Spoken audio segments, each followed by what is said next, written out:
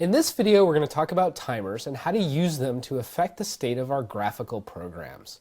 Okay, we're going to run the timer handler on a regular interval so that we can change something in our program. I think that you're going to find that this allows us to add an interesting element of excitement to our programs. So let's get started. In order to explain how to use timers to affect our graphical programs, I'm going to use a simple screensaver program. Okay, this is not a real screensaver by any means, but it's screensaver-esque. Okay, we've got text that moves around randomly on the screen every 2 seconds. So every 2 seconds, a random location is selected and that text is redrawn. So the question is, how do we accomplish that? Well, let's look at the code. All right, we're going to follow the structure for simple GUI programs that we've advocated. First, we're going to import our modules, simple GUI, and we're also going to import random. And you can guess why we have to import random, because we need to pick a random location to place that text. Then we have the global state of our program.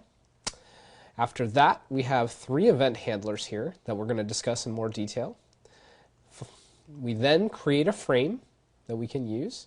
After we create that frame, we register our event handlers, and then finally, we get the frame and the timer started. Okay? The key to all this, of course, is the timer. And you can see here is where we create the timer with a call to simple GUI create timer. And we pass it 2 arguments, interval and tick. Well, I don't know what those do. Well, what do? We go to the docs. All right, we go to the docs, we find timer, we find create timer, and we read that.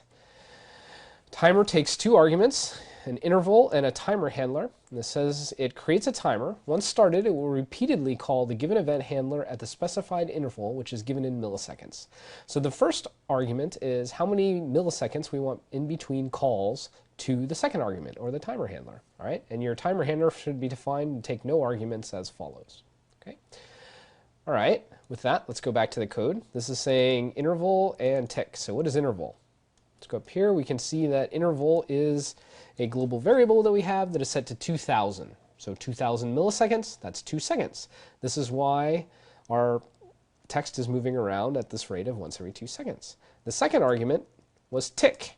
And here's tick right here. This is our handler for the timer. All right, so what does this handler do? Okay, so it's going to get called every 2 seconds by the system, as we've discussed in previous lectures.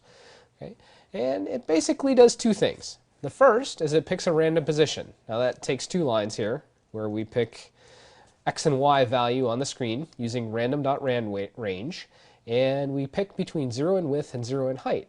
Well, width and height are global variables, you can see above here, that define the size of the canvas.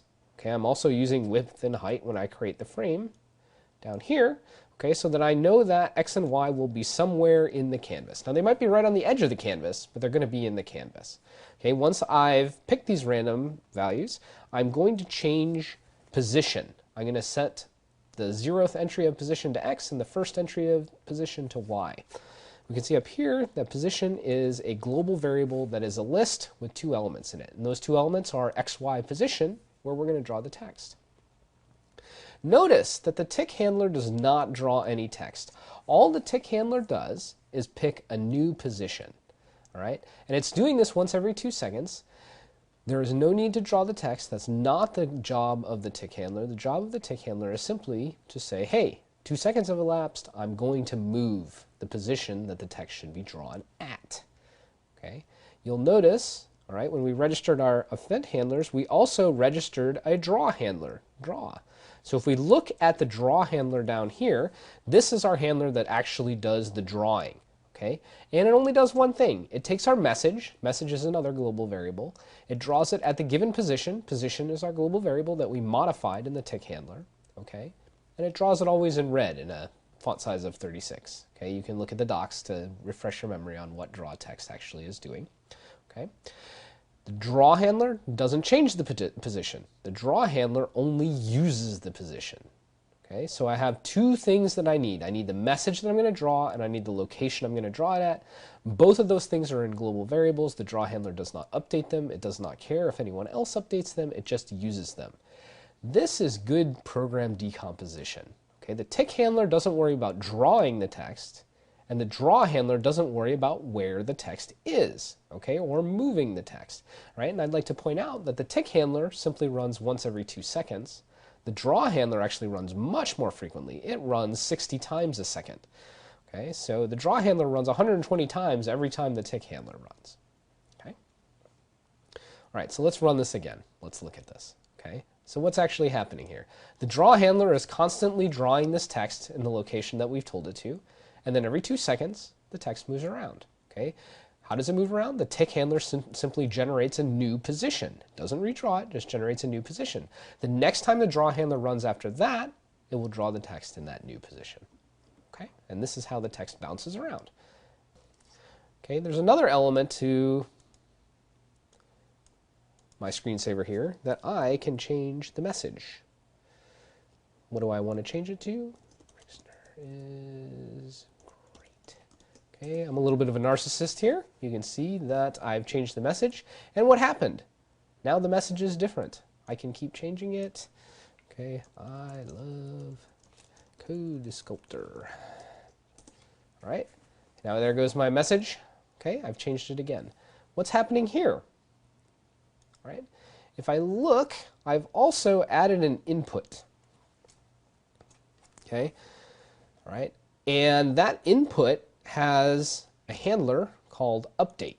So whenever I hit return, it enters new text. It calls this update handler. Right? And you can see all the update handler is assigned message to be the text that was in the text box. Okay. You can go look at the documentation for add input if you're a little bit confused here. Okay. The message is a global variable, if you recall, and that global variable is used in the draw handler to determine what text to draw. So again, the update handler here does not redraw the text, does not care about the position of the text. All it does is change the message. All right, the global variable message, which gets used by the draw handler. So this is a continuation of thinking about decomposing our programs properly, where the different event handlers don't interfere with each other. They don't know or care what each other is doing. They simply manipulate global variables appropriately, and they do only what they need to do to make the program operate. Okay. Now notice one thing here. I had to say global message. Now we've talked about this, right? If I don't say global message, so let's take that out. Okay. I can change my message. Warren is great. Hitting return here and nothing is happening. Oh, this is very frustrating. Yeah, I can't get that message out there for you. Right? Why not? Okay, because it is not updating the global variable message now. So the draw handler here is getting the old message. Okay, I need to use global. Right, down here in tick, notice I did change position without having to type global, although I could, as we've discussed before. Right, this isn't going to change anything. I can type global position. The program will still work. Right, you can still see my text bouncing around. Right, but it is not necessary. Why is it not necessary? I'm not actually changing the entire thing of position. I don't have position equals something. I'm changing elements of position, and in that case, the global declaration is optional. Okay, so now you've seen how I can use a timer to actually build a little simplistic screensaver. And you've also seen some good program design principles where I've decomposed the program. I have an update handler that handles changing the message. I have a tick handler that handles changing the position of the text, and I have a draw handler that simply draws whatever message we have currently at whatever position we have currently. These things can run at completely different rates, right? The draw handler runs 60 times a second. The tick handler runs once every 2 seconds, and the update handler runs only whenever you type text in. Okay? Yet it still all works together nicely to give us this interesting interactive application. At this point in the class, we've talked about timers several times. However, in this video, we talked about how to use timers in graphical applications. Think about the programming decomposition principles that I've talked about. You just want to use timers to update global state on a regular basis. Okay? The rest of your program should take care of everything else. Right? So I'd like you to look back at the example program, maybe play around with it a bit, change the interval, see what happens, maybe change the text color or other things that you can think of to change on the regular basis without putting too much inside that timer handler. Hopefully you'll recognize now that having timers like this will allow us to add an interesting element to our interactive programs.